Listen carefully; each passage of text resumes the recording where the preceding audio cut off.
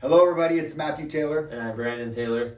And thank you for watching today. Today we're going to talk about home buying tips and what you need to know when you're looking for a home in the beginning of your home search and all the other things that factor into, is this the right time to buy a home for you?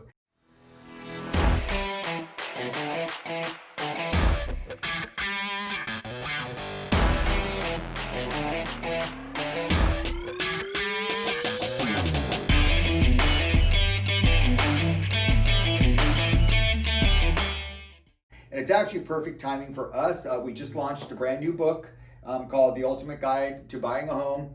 And these are free. We give these to our clients and other people. And also we have an online version if you like to read on a Kindle or just read it on your phone. We have that technology as well. But with that, it's just for years. I was a real estate trainer and also with all the homes that we've sold, we fielded lots of questions. We feel that we're a lot of times answering the same question or giving the same advice. So we wanted to put it obviously in a book format. So we're going to go over just a little bit of it today. We're obviously not going to go over the whole book. We don't want it to be an hour or 2 hour video. We just want to keep this under 15 minutes if possible, just long enough to give you a little bit of guidance and consultation before you start your home search. Hopefully you do that with us and we can definitely help you. Brandon's going to talk a little bit about technology and how we incorporate that into what we do for our clients. Yeah, so as everybody knows, technology has improved greatly throughout this last year, but alone by Zoom, Skype, all the online meetings and virtual meetings. But on that same topic, apps and some of the apps that we utilize to assist you in your home search. We actually have a very user-friendly app that has real-time data, which is very important. So if a home comes on the market today, you'll be able to see that today on the app. You can favorite it through the app, message us directly through the app saying, I'd like to schedule a showing. And even if you're driving around and see a nice home that you have interest in, you can pull up in front of the for sale sign, open up your app and see all the photos, property details, square footage, everything you need to know about that property will be available in the app. Yeah, you can schedule a showing with us through it. So it's pretty good. It's easier than trying to figure out and call people and look at different sites to try to say, I'm at this address. It's based on GPS. It knows where you are. It knows that's house for sale. So that's really going to help. But before we get started too with that, thank you, Brandon, is we're going to talk about owning versus renting, timelines. And so you've obviously made the decision that it's now time, hopefully, to buy a home. You can talk all day and negotiate with different things about is it better to own or is it better to rent? Well, traditionally, and what we've seen for years and years, it's always better to buy and purchase a home based on your own family's situation. But when you're renting, you're obviously making the mortgage payment for the landlord, the person who owns that house. So you're not getting tax deductions off the interest like you can if you own the home. So there's lots of tax benefits too when you purchase a home. And then anything you do to the home, it's for your own right. You're improving your own home. So you're going to benefit from that home improvement. And you're also going to benefit from the equity and appreciation that home is building. You can live in a house people have rented for 10, 15 years, paying $2,500 or more every month. And when they move out, they have nothing. So, but if you've owned a home at least 5 years or more, when you move out, you're going to realize a lot of equity, depending how much you put down, but it could be $100,000 or more. And that's how people move up to the next best home. They live in a house for 5 years, take that $100,000 or $200,000 equity. Once we realized, for my family, we realized about $300,000 in equity just in 2 years, cashed out, moved on to a bigger house. So that's the mentality and the thought process behind why owning is actually better. But we can talk to you about that more specifically. So, depending too on whether you're an investor or not, if you're buying just to buy and have your home, because when you buy a home, right, you're going to live in it. That's the great thing. But if you're an investor and you're buying it to rent it out, then there's lots of other things that you want to look at. It's always a great time to invest. One thing you want to do when you are buying investment property is you need to look at migration patterns and see where are people moving from, and more importantly, where are they moving to, right? You want to make sure that you're purchasing an investment home, if you're going to rent it out, where there's lots of growth and development in the community, where there's commercial and business development. That way there's going to be people who want to live there. And then so school districts are good for families, and so then you're going to always going to be a demand for rental properties, and so you're in a good place knowing you're always going to have tenants in your property, and then you basically have somebody paying off your mortgage for you, which is a great thing, right? That's why investors get into the business. They build wealth that way. So now after moving into that, we're going to talk a little bit about the next part of the process, which is securing a lender and a pre-qualification. Awesome, great. So at this point, when you were talking about what's the next step is securing a lender. You need to, there's shop for a lender, and we have lots of lenders that we work with that are very trustworthy, but you have to feel comfortable with that lender and know that they're trustworthy, that they have that your best interest, right, going forward, and that's what's driving them. You want to look for a lender that has amazing loan programs, especially if you're a first-time home buyer. There's a lot, depending on what your family situation is, what your credit score is, and how much money you have as a down payment, because there's lots of fees that we have to talk about when you're buying a home, not only the down payment, but there's going to be fees for the inspection, there's going to be closing costs and things of that nature.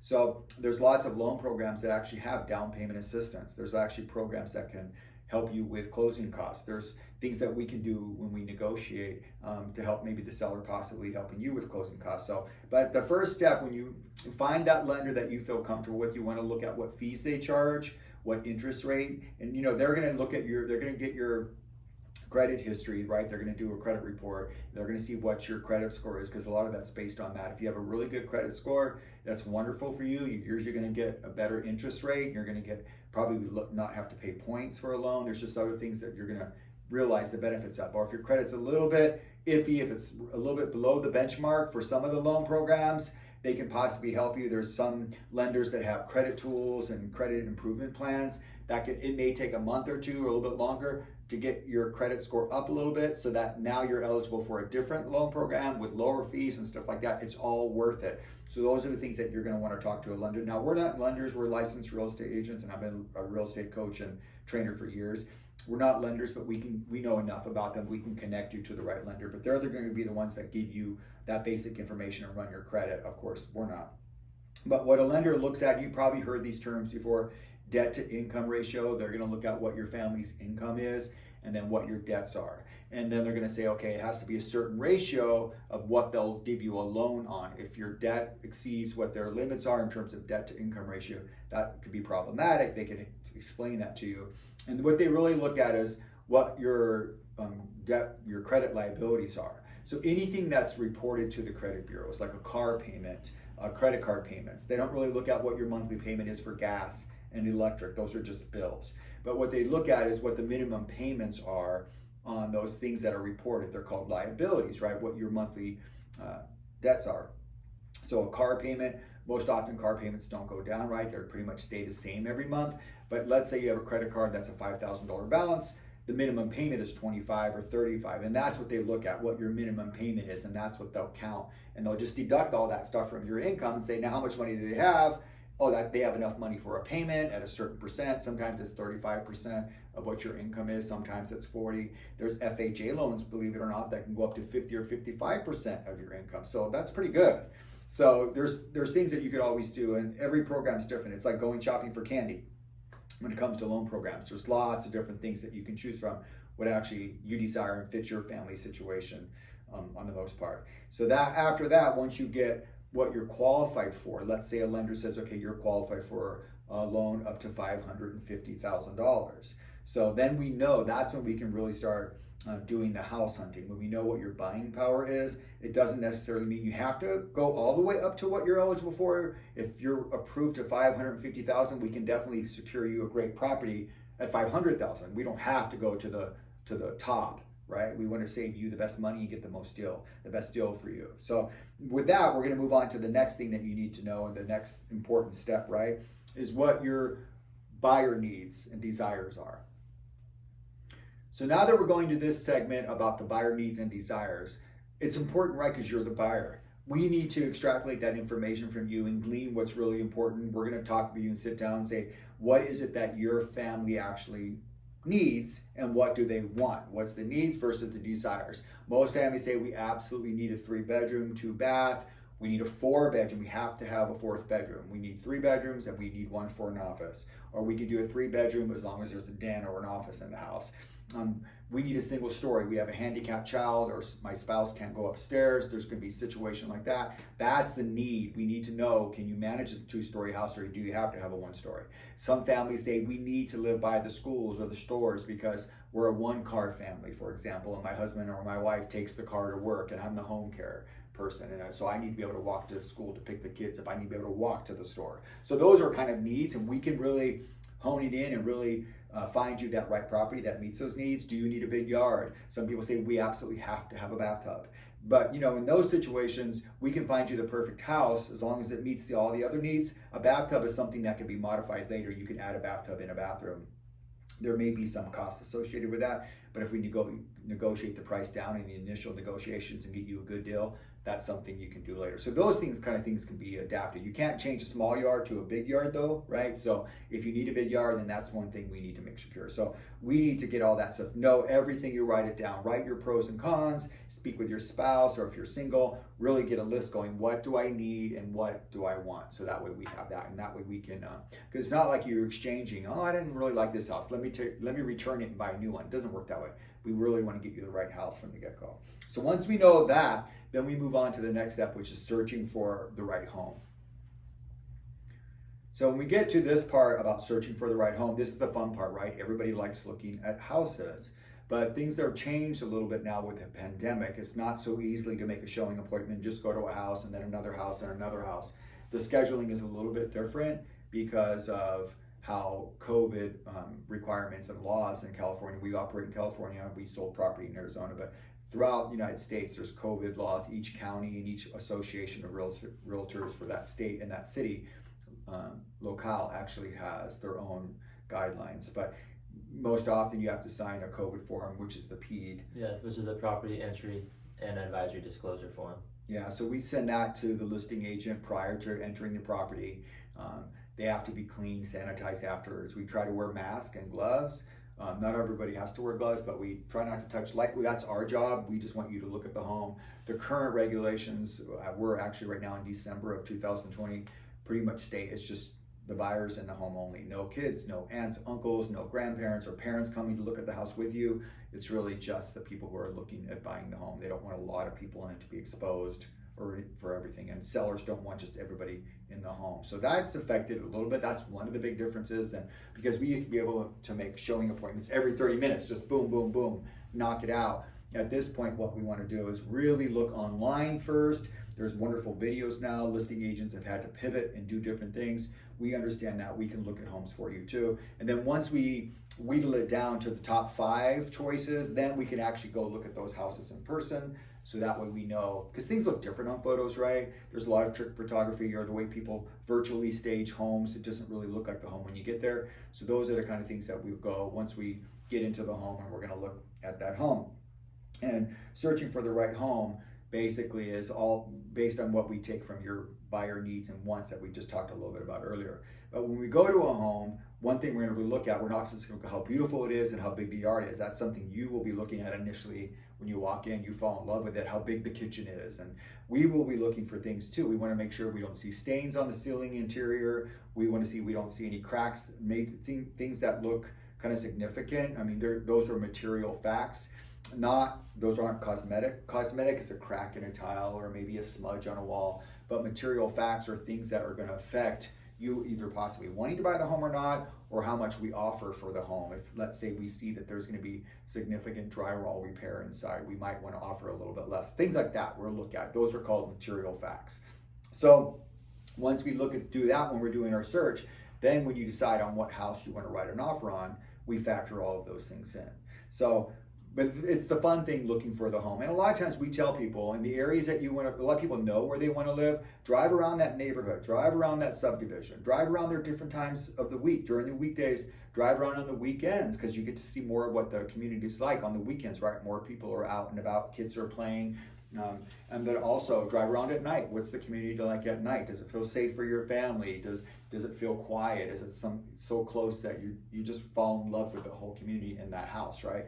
And most people live in a house from 5 to 10 years, so you're going to be there for a while. We know people who lived in homes for 30 years, so it's really good to do that upfront, diligent work in the beginning. So that's the fun part. And then we sit down with you before we make the offer too, and we look at what the comparables are when we structure the offer. We also look at the pros and cons, and we're going to be just really honest with you. We're not fluff agents. We're going to talk about what we see could be a problem or we see are great. We want you to know that up front so that you're fully informed. And so then that's the next part of it, right? So after that, then what we do is we're going to make the purchase and negotiation. But before that, when I do want to go, the next segment actually is going to be avoiding real estate horror stories. So let's go into that. Real estate horror stories are where people rush into deals. There's things a lot of times, we talk a little bit about the home inspection later, but things that you can't really see during that, or the sellers are wonderful to work with when we're representing you as a buyer, and then all of a sudden they just ghost you during the transaction. They're not in compliance with the contract timelines. They're not responding to us. The listing agent probably is not responding to us. We've been on the listing agent side too. We do both. So then it just makes the deal more difficult. Now we manage that. We also have a very good team. We have lenders, we have title agents, we've got escrow officers, we've got transaction coordinators that are working diligently to make sure that we're within the timelines and the contracts moving forward. We want this house to close and you to be able to move in. So there's some other nightmares that happen with real estate transactions when there's non-disclosures. Let's say there was mold in the house or other problems and it wasn't disclosed to us, or we find out later. That can be problematic. Or the lender or the seller decides not to sell, or if it's on the buy side, the buyer doesn't get the loan at the end. So those could be nightmare problems, and it just throws a wrench into things. Now we've seen lots of different scenarios that we work through, that we're able to manage those through our years of experience in real estate transactions. And so then with that, after the horror stories, because we'll try to avoid all of those that we possibly can, it's going to be making the purchase and in negotiations. And when we do that, we have lots of numbers and charts about local comps and what things are selling for, price per square foot, area, we factor in. There's ways that appraisers, we don't appraise the home, but there's ways that appraisers will give value to a property. And there's lots of things that they factor in. There's lots of variables, but they do look at recent sales of close home proximities or like homes, same size square footage, same floor plan, things of that nature. Sometimes it's not all that easy because there's not another like property. If you're in a subdivision and a production home area, there's likely you're going to find that easy comparables or comps, what we call them. But if you're out looking for ranch land, it's a little bit different when there might not be a home just like that on 5 acres. So they factor value of land and everything. But we work through all that and get you that. I was going to say also too, we have a website, and before we move on, we have a website which is the TaylorRealEstateConsultants.com, and we wanted to bring that up. Feel free to go to that, and that'll help you through the process too. But yes. If you're buying or selling, we can do searches here, but we also send you this app that you can use. But we've got a wonderful website. We've got lots of tools that we do and lots of other apps that we can to help you during the buy process when you're doing your search. And we'll link the link for the website in the description below, so you guys can access that as well. Yeah, great. And thank you, Brandon, for bringing that up, because that's going to be real important. So now that we're talking about making the purchase and negotiations, this is where we come in, our value as real estate agents too, and our experience with negotiating on your behalf.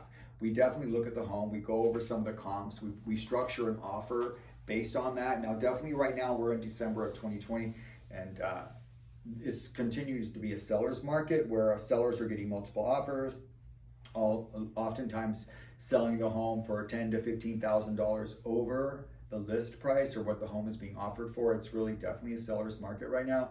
But we've been able to still procure properties for our clients and negotiate. Even we've secured a house lower than what the other offers were, but it was just how we structured our terms and condition, which are other factors into the offer. There's ways to do that, so we've been able to win a home for our clients in terms of getting them to accept our offer. There's lots of strategies and techniques that we do to help you, but the first couple times you might miss out on the home because there's so many offers and they decide to take somebody who has all cash and is willing to close in 15 days. They waive the appraisal contingency, they waive inspect. I mean, there's lots of things people do when they really want that house. Depending on what your situation is, you may have to go through a couple offers where they get rejected or turned down, or somebody else gets those, and we move on as part of the process. And we'll definitely give you those consultations when we do a buyer consultation. We do that with all of our clients, but we'll talk more about that specifically in that. But we definitely write the offer. That's real important, and when we do those initial negotiations, because once everything's signed, there could be a counteroffer or counteroffer 2, counteroffer number 3, until we actually come to a final agreement between the seller and the buyer. And after that, there's really not much room for negotiations. You want to do it up front, so it's real important to be a strong negotiator, to be assertive without being aggressive, and then get what we need. We're always going to have your best interest. That's our fiduciary responsibility to you as agents, but that's just something my son Brandon and I do for our clients. We pride ourselves on that. So you definitely want somebody in your corner that has that fighting experience to make sure that you're protected, and it's an investment. We would try to want you to get the best deal on the property. At least feel safe that you're buying something that is something of quality and not really a nightmare that we talked about earlier. And once we're under contract, that starts the next part of the process, which is the inspection and due diligence process. So we're going to talk a little bit about that right now.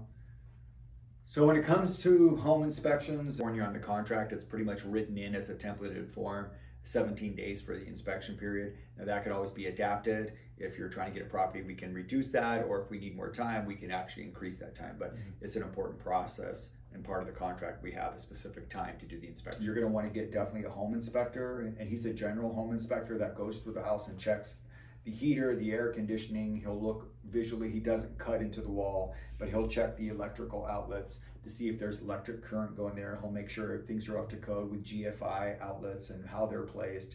Lots of things like that. He will get on the roof and in the attic and look at that. He may make a recommendation based on his skill level. You know, I would say, for example, the granules of the shingles are wearing out. Maybe there's only 3 more years of life in this 25-year roof, or I see a little problem with the heating or the air conditioning unit. I recommend you get a separate detailed heating and air conditioning inspector, somebody who really knows. So, you know, he'll make those recommendations to you too. And we always say follow their advice, because it's important when you're buying this home. And then there's things, obviously, he doesn't cut into the wall, but we look for things too. Part of the process here in California is that the agents are required to do an agent visual inspection. Disclosure. So we're required to walk through the house, and as I mentioned earlier, we're going to do that anyways when we're looking at the property with you. But now that we've made an offer and we're in there in the inspections, we're going to be a little bit more detailed. We're going to take photos. I see some staining on the ceiling. I see a crack that may be problematic. You know, we don't know because we're not home inspectors, but we want to highlight those things, and we want you with us too at that time. So you're looking around too during the inspection process. But there's also inspections where you might want to get, if it's a concern to you, which is a radon inspection. Now radon is an odorless gas. You don't see it. It's so it seeps up through the earth and sometimes through the crack in foundation. It can be problematic if it's over a certain level. I think it's 4 right now. Level 4 nationally. It's known to cause cancers and stuff like that. I'm not a radon expert, but there are homes that have radon, and that can be fixed. There's radon remediations. We've actually had a seller that had that problem, and so there was a remediation done. They installed this fan unit. There's ways to remediate around that, but with the new process of really airtight homes, we've seen an increase in more problems with radon, because radon is only dangerous when it can't vent out of a house.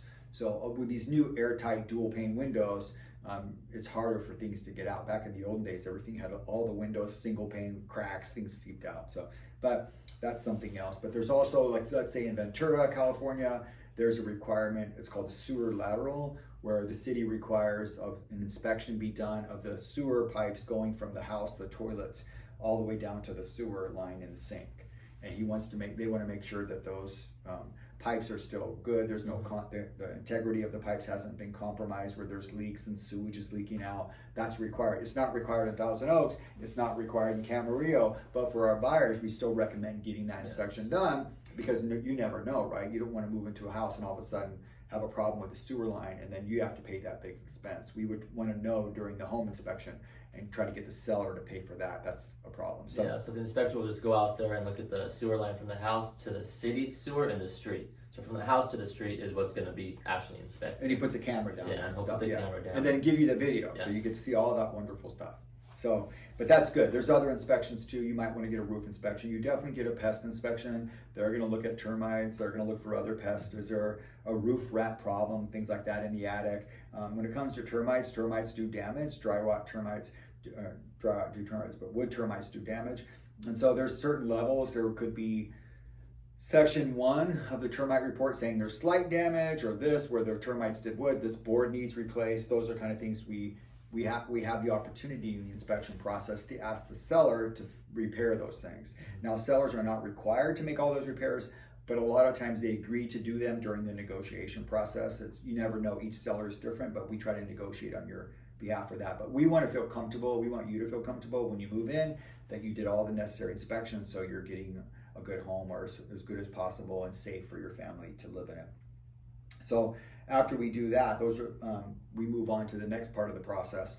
Once we remove the contingencies, saying we've done our inspections, we're moving forward, you sign off on that, and that's what we have an escrow officer and our transaction coordinator helps facilitate that. Lots of forms that we do. You can do DocuSign, which is electronic signature. We don't need to have you keep coming into the office. We try to avoid that now.